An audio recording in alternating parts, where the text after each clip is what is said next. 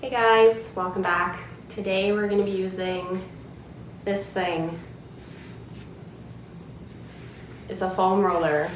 This is a fancy one, but I'm sure a lot of you have some sort of foam roller because we've all been told at some point or another by a doctor or a physio, like, get one and roll to your heart's content, and then it did absolutely nothing for whatever ache or pain we had. And that's because foam rolling is not the answer, okay? Like, it feels good, sure, it's like getting a massage, but like, you're not gonna massage away a muscle imbalance or any sort of dysfunction. It's usually, the root cause is usually muscle weakness, right? Not, the soreness is a consequence of the weakness. So we gotta strengthen the muscles, you know? We don't wanna just treat it topically. So I'm gonna use this today to amp up some like traditional Pilates exercises. So of course this is optional if you don't have one, but you can sort of mimic it, just like roll up a towel, just make anything into this like cylindrical shape. It's not gonna be as effective because this rolls, the towel won't roll, but you can get the idea, or you can just do them without it, just on the mat. And I'll try to remember to demo it without it, but you can just use your imagination, just do what I'm doing, but without this, and you'll get the work done. So let's make a start, as they say in the UK, or what would we say here in Canada? Give her a. Let's give her a. Check out this little ballerina tutu outfit, guys, I came up with. Hope you appreciate it. So we're going to be starting on our back. Grab the foam roller and put it behind you on your upper back area, just at the base of the shoulder blades. Here, you can wiggle around to get the appropriate spot. Make sure it's even. And we're going to use this to engage the core without having to crunch the front of the body. So we resist that leaning back by engaging the core, but there's no wrinkling at the front of the body. And then right away we're going to lift the knees into tabletop and tap the heels. We're here for 12. Remember to keep hugging that belly button in. So you want to flatten the front of the torso. So the belly button's hugging in, the bottom of the rib cage is pulling in as well, and the pubic bone is slightly tucked. And you don't have to lower your leg all the way down, just as far as you can. Hey. And that's 12. Next, we're gonna be coming back to that same tabletop with the crunch up, but we're going to be doing a slow bicycle. This is another favorite one of mine, but slow it down. You have to go slow here because if you go too fast, you'll probably roll right off the rollers. So using that prop to teach our body to have control. Readjust if you need to. And you're bringing the knee to the elbow, not necessarily crunching further up to reach the elbow to the knee. Use your hip flexor. You might need to slightly externally rotate the knee in order to get the hip flexor to work. And that's 12. Next, we're going to turn this into another classic Pilates move, the scissor. So either leg straight or bent knee. And we're here for 12. Keep hugging that navel into the spine, flattening out that front of the torso. Again, you don't have to have straight legs here if you don't have that flexibility. And that's 12.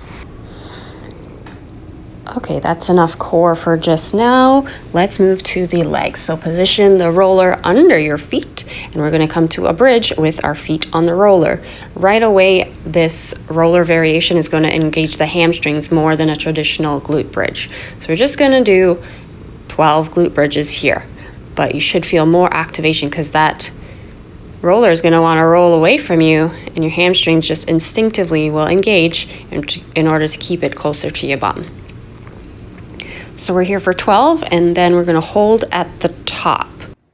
And you also want to make sure your knees, your feet are hips width apart, and your knees are not collapsing out to the side or collapsing inward. And hold at the top, and then we're marching. So as you bring one knee up, try not to let the hips lower down because they will instinctively want to lower down. That's the challenge. It's keeping the hips up and of course keeping the roller in. You don't have to lift the knee that high, just hover it off the roller just to challenge your balance, and don't let the hip of the lifting foot drop as you lift that foot up. Can you guys hear my cat purring?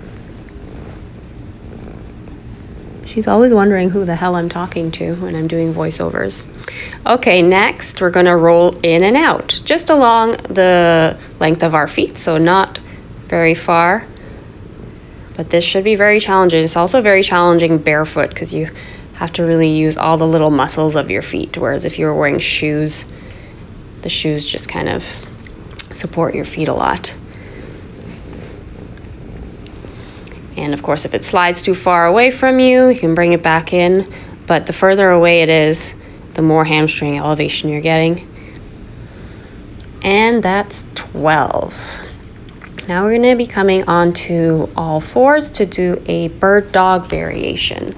So bird dog, I'll just show you without the roller. So it's just a kickback on all fours. But using our handy dandy roller, gonna throw off our balance and challenge ourselves. So put it under the left knee and then try and come to all fours with your knees and your feet off. And then the foot that's not on the roller is trying to just kick straight back. Looks simple, but it's really challenging. So this is, even though the leg is kicking back, it's definitely a core exercise. You have to engage your core so that that moving leg doesn't throw off your balance and make you fall. And here you really have to make sure that the hips are square and the hip bones are facing the floor. If you start to open the hip at all, that will throw off your balance and you'll probably fall out to the left. You'll probably find that there's more weight in your right arm. You might even get really weightless on the left hand, which is what we're actually going to try to do after we're done 12 reps here. So that's 12, hold, and now try and get weightless. Oh my God, I'm shaking. The end. Come on, that was fun though, right? We got a next side to do. So back to all fours. Roller is under the right knee this time. It's kind of the top of the shin where it meets the knee, not exactly on the kneecap. And then hover the left leg and then hover the right toes. And then we're just kicking back. Here, notice my lumbar lower spine is not rounding and arching. So I'm using the hip flexor to bring the knee into the stomach, and then I'm using the glute to lift it back. The balance element of the roller actually, keeps you honest in that spine and that core, because if you introduce too much movement, then you'll fall off the roller. So it's challenging, but it also encourages good habits. So we're here for 12 again, and then we're going to attempt that balance if you would like. And let's try see. Oh my God. Less success on this side, but that's okay. And down. Whew.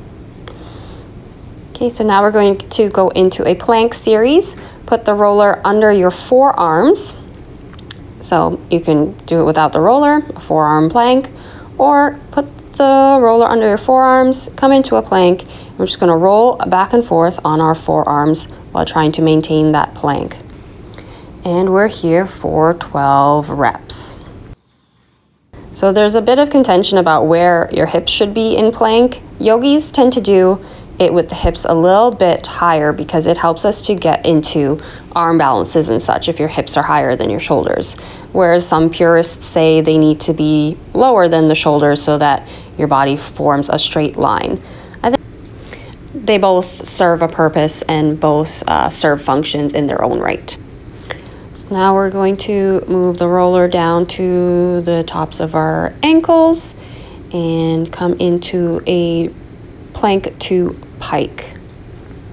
So plank with our ankles on the roller and then use your lower abs to roll the roller over the tops of your feet. Reposition if you need to. Notice here that my shoulders are staying over my elbows. They're not going back and forth. That's part of the work. This is a scapular exercise as well as core. So using scapular stability to keep those shoulders over the elbows.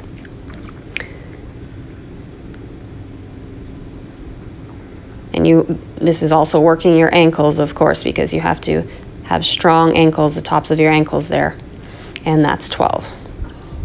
Next, we're going to come into this fun one. So back to our backs, and we're going to put the roller long ways along our spine. So me thinking really hard.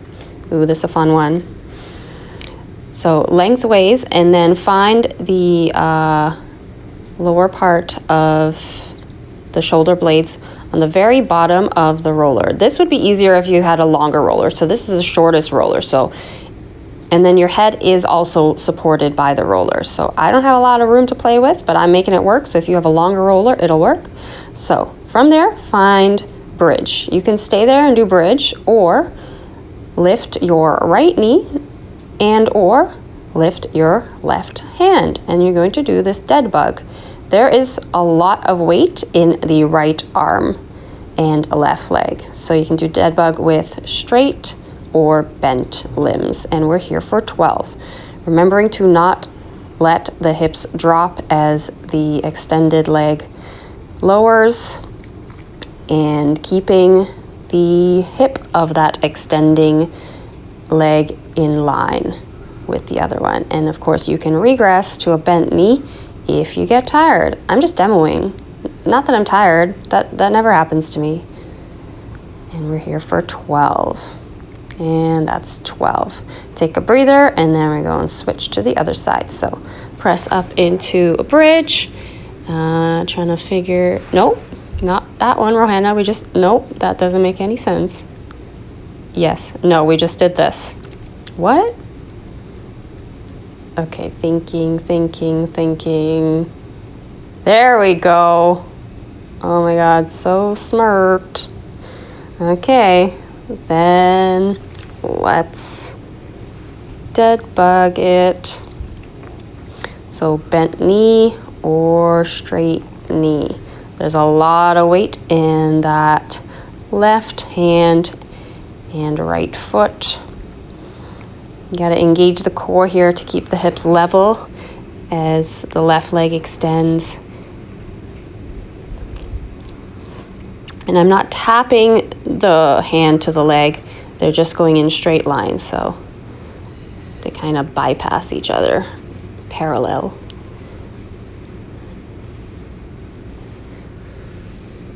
And that's 12.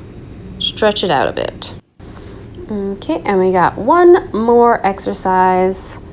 So still on our back, take the roller, push our hips to a glute bridge, and put the roller under only one side of our sacrum. So the edge of the roller kind of lines up with your butt crack, but like on your sacrum. And then bring your legs to tabletop. And then I'm just making sure my hips are level here. So that left hip is gonna wanna fall to the floor. Use the core to keep the hips both horizontal, and then lift your right hand if you can. So we're doing that dead bug again, but now we're on, the roller is under our sacrum. And you can do bent leg or straight leg, and we're here for 12. Again, there's gonna be so much weight in that supporting hand, so the left hand and left shoulder blade too. So the variation we just did was more glute with a little bit of core, and this is more core.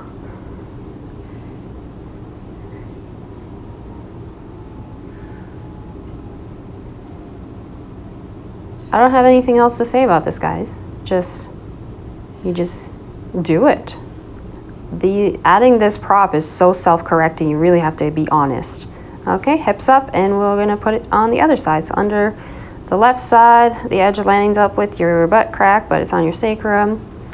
Legs into tabletop, hug that belly button to spine, tuck in the tailbone, arms up, optional, and then opposite hand and opposite leg, bent or straight.